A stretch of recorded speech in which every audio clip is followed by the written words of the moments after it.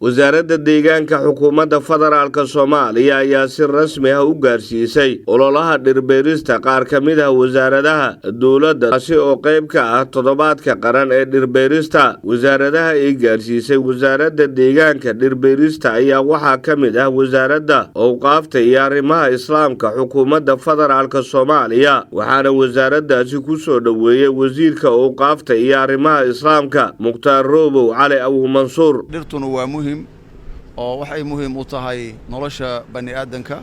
Ilaahay baa dhulka markuu abuuray wuxuu ku qurxiyay dhirta.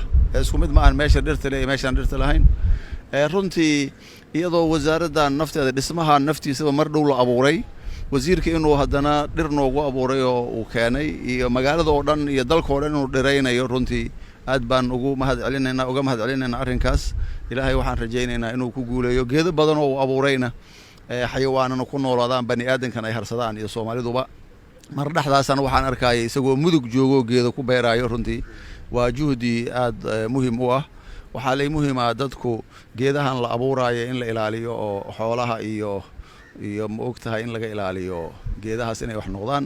sidoo kale wasaaradaha ay gaarsiisay wasaaradda deegaanka ayaa waxaa ka mid ah wasaaradda warfaafinta, dhaqanka iyo dalxiiska xukuumadda federaalka Soomaaliya oo ku soo dhaweeyay wasiirka wasaaradda warfaafinta Daawud Aweys Jaamac.